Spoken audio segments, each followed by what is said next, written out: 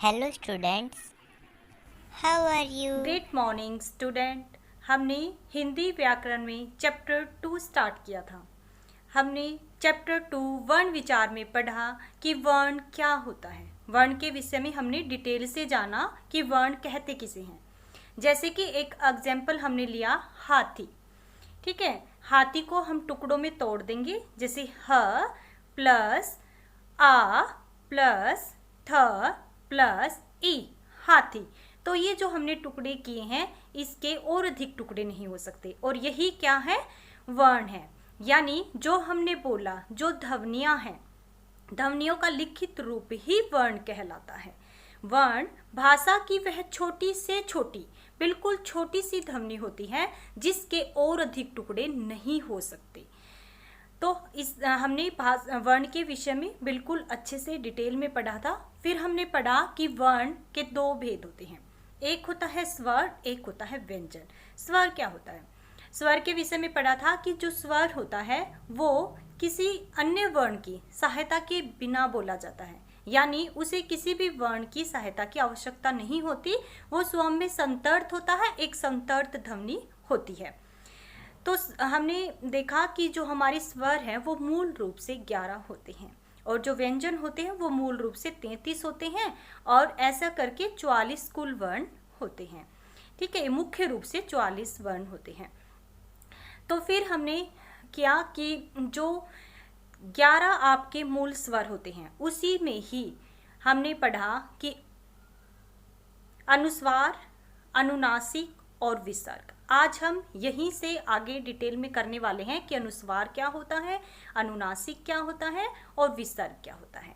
तो आइए देखिए, मेरे साथ जुड़िए और समझिए। तो बेटा, हम यहाँ आए हुए थे, हम यहाँ तक कर चुके थे कि जो स्वर होते हैं उसके 3 भेद होते हैं, ह्रस्व स्वर, दीर्घ स्वर और प्लुत स्वर। हमें पता जो स्वर होते हैं वो कुल 11 होते हैं, जिसमें से कुछ ह्रस्व होते हैं, कुछ दीर्घ और इनका जो प्लुत स्वर होते हैं इनका भी उच्चारण होता है। देखिए, ह्रस्व स्वर, इनके उच्चारण में सबसे कम समय लगता है। ये संख्या में 4 होते हैं, जैसे अ, ई, उ और री। यानी हमारे स्वर में से ये 4 क्या होते हैं, ह्रस्व स्वर होते हैं, लघु होते हैं, छोटे होते हैं। ठीक है।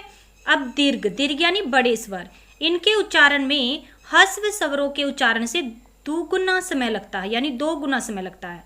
ये संख्या में 7 होते हैं, जैसे आ, ई, उ, ए, ओ। ठीक है, तो ये संख्या में कितने होते हैं, 7। 7 और 4 कितने हो गए, 11। तो ये हमारे कुल कितने हुए, 11 स्वर, जिसमें से 4 हमारे ह्रस्व स्वर और 7 हमारे दीर्घ स्वर होते हैं। ठीक है। एक होता है प्लुत स्वर। प्लुत स्वर क्या होता है, देखिए सभी, इनके उच्चारण में ह्रस्व स्वरों के उच्चारण से 3 गुना समय लगता है। ठीक है, यहाँ तो 2 गुना समय लग रहा था, यहाँ बिल्कुल ही कम समय लगता है, यहाँ 3 गुना समय लगेगा। क्यों लगेगा, जैसे ओम। ठीक है, जब प्लुत स्वर के लिए ये आपको चिन्ह दिखाई दे रहा है, इस चिन्ह का प्रयोग किया जाता है जब भी हम कोई शब्द को थोड़ा सा लंबा खींचते हैं, जैसे राम, किसी को पुकारते हैं जैसे ओम, तो ये प्लुत स्वर कहते हैं, और प्लुत स्वर का ये चिन्ह होता है। ठीक है, जब भी हम कोई शब्द को लंबा खींचते हुए बोलते हैं तो ये शब्द लगा दिया जाता है, ये चिन्ह लगा दिया जाता है, जो क्या होता है, प्लुत स्वर होता है।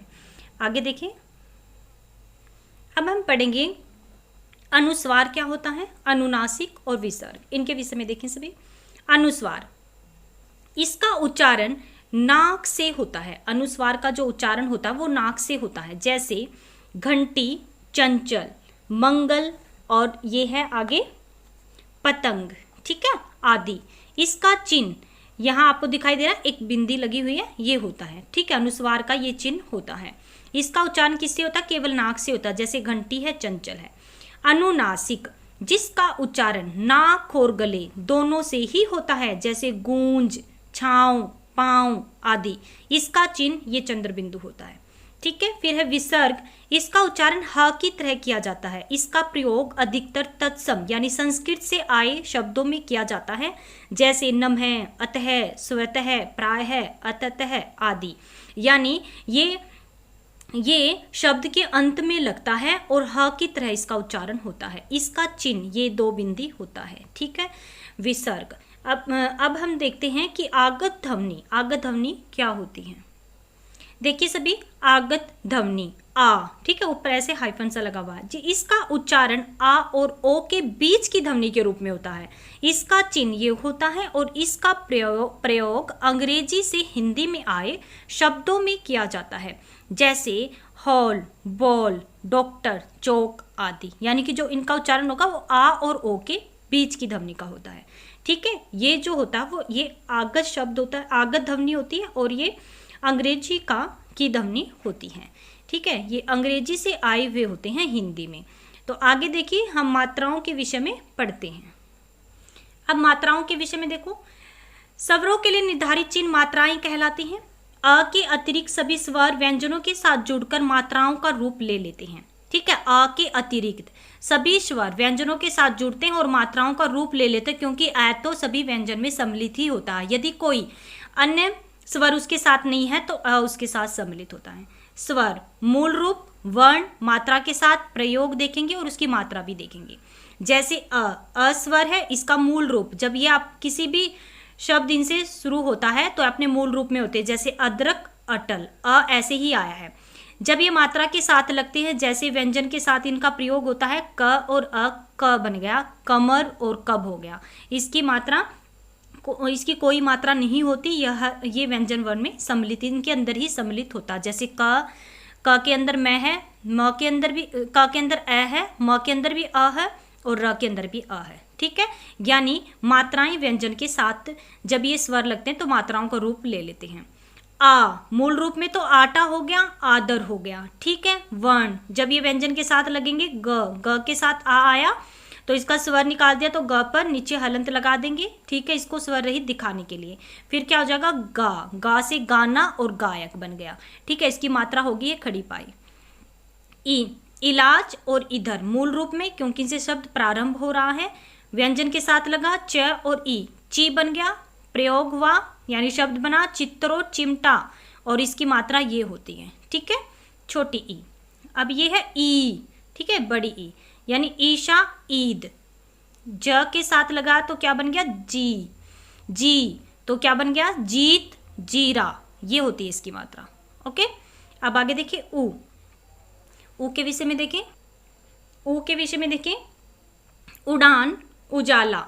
ठीक है, द के साथ लगा ऊ तो दू बन गया, दुम और दुकान। इसकी ये छोटे ऊ की मात्रा ये होती है। ऊन, ऊपर। प के साथ ऊ लगा, पूरी और पूरब, और इसकी बड़े ऊ की मात्रा ये होती है। ऋषि, ऋण। ठीक है, ये मूल रूप में है। फिर वर्ण मात्रा के प्रयोग में होगी, न और री के साथ नृ, नृत्य और नृप होगे, और ये री की मात्रा। एड़ी, एकता। ब और ए, बे बन गया, बेलन, बेर, और ये है ए की मात्रा। ठीक है, एनक, एरावत। म के साथ ए लगा तो क्या बन गया, मेला और पैदा। ठीक है, ओढ़नी, ओणम। र के साथ ओ लगा, रोटी और रोग। औरत, औजार। ल के साथ लगा, लौकी, लौटना, और ये है ओ की मात्रा। ठीक है, तो ये थे हमने मूल रूप में भी देख लिया है, मात्राओं के साथ लगाकर शब्द भी बनाए हैं, और इनके चिन्ह को भी हमने अच्छे से देखा है। अब आगे देखिए व्यंजन क्या होता है। व्यंजन संतर्त रूप से नहीं बोले जाते। इन्हें बोलने के लिए, जैसे स्वर के विषय में पढ़ाई, संतर्त थे, बिल्कुल किसी की सहायता से नहीं बोले जाते थे। तो जो व्यंजन होते हैं वो तो स्वरों की सहायता से बोले जाएंगे। ठीक है, तभी तो हम अभी क्या कर रहे थे, जब मात्राओं का प्रयोग कर रहे थे तो व्यंजन से हम हर एक स्वर की मात्रा निकाल रहे थे। ठीक है, यानी उसके अंदर क्या था, स्वर सम्मिलित था। देखिए, जो व्यंजन है वो संतर्त रूप से नहीं बोले जाते। इन्हें बोलने के लिए स्वरों की सहायता लेनी ही पड़ती है। हिंदी में मूल रूप से इनकी संख्या 33 है। क से मै तक तो 25 व्यंजन जो होते हैं वो स्पर्श व्यंजन कहलाते हैं। यानी क से मै तक के 25 व्यंजन होते हैं, स्पर्श व्यंजन कहलाते हैं, क्योंकि ये मुख के किसी न किसी भाग को स्पर्श करते हुए निकलते हैं। ठीक है, और य ल और व अंत्यस्थ व्यंजन कहलाते हैं। इनके विषय में आगे पढ़ेंगे। संयुक्त व्यंजन, दो भिन्न व्यंजनों के मेल से बने हुए व्यंजन संयुक्त व्यंजन होते हैं, क्योंकि ये दो व्यंजनों के मेल से बने हुए होते हैं, बड़े होते हैं। ठीक है, जैसे क और क्ष बन गया, रक्षा और क्षमा। ठीक है, त और त्र बन गया, त्र। तो चित्रकार और मित्र। जैसे ये दो दो व्यंजनों से मिलकर बने जय और न, जय जय बन गया तो आज्ञा और विज्ञान हो गया। ठीक है, ज्ञ बन गया आज्ञा और विज्ञान। श और र, श्र बन गया हर्ष और विश्राम हो गया। ठीक है, तो ये संयुक्त व्यंजन होते हैं, ये दो दो व्यंजनों के मेल से बने हुए होते हैं। हमने जाना कि जो व्यंजन होते हैं वो स्वरों के बिना नहीं बोले जाते। क से मैं तक तो 25 स्पर्श व्यंजन, फिर अंत्यस्थ व्यंजन 11 और फिर संयुक्त व्यंजन होते हैं। ठीक है, आगे इनको हम डिटेल से कल करेंगे। आज के लिए इतना ही, इसे 2 टाइम रीड करें। धन्यवाद। तो बेटा आज हमने किया कि अनुस्वार क्या होता है, अनुनासिक क्या होता है और विसर्ग क्या होते हैं। ठीक है, अनुस्वार के विषय में पढ़ा जिसका उच्चारण सिर्फ नाक से होता है, जैसे बंदर है और बंदर के साथ जैसे हंस। ठीक है, और फिर हमने अनुनासिक पढ़ा जिसका उच्चारण नाक और मुख दोनों से किया जाता है, जैसे गांव और चांद। फिर हमने विसर्ग के विषय में पढ़ा कि विसर्ग क्या होता है, इसका उच्चारण ह की तरह किया जाता है। ठीक है, ह की तरह इसका उच्चारण निकलता है, जैसे प्रातः है, पुनः है। ठीक है, फिर हमने स्वर के विषय में जाना कि जो स्वर होते हैं उनकी मात्राएं कैसे व्यंजनों के साथ लगती हैं, ये अपने मूल रूप में भी आ जाते हैं। ठीक है, जैसे जब भी कोई शब्द प्रारंभ होता है तो प्रारंभ ये अपने मूल रूप में होते हैं, जैसे कि हमने कल भी पढ़ा था। ठीक है, जैसे अ से अनार हो जाता, आ से आम, ये प्रारंभ में अपने मूल रूप में होते हैं, लेकिन व्यंजनों के साथ ये मात्राओं के रूप में लगते हैं। ठीक है, फिर हमने इनकी मात्राओं के विषय में जाना कि अ की कोई मात्रा नहीं होती। ठीक है, हमने रीड किया कि अ की कोई मात्रा नहीं होती, यह हर एक व्यंजन वर्ण में सम्मिलित होता है। ठीक है, जब किसी भी व्यंजन वर्ण के साथ कोई मात्रा नहीं होती तो अ उसके अंदर सम्मिलित रहता है। फिर हमने किया कि आ की एक खड़ी पाई वाली मात्रा होती है। ठीक है, और फिर ई। ठीक है, ई की कौन सी मात्रा होती है, ई, छोटी ई। फिर बड़ी ई यानी ई। ठीक है, फिर उ, फिर ऊ, इनकी मात्राओं के विषय में जाना। फिर री।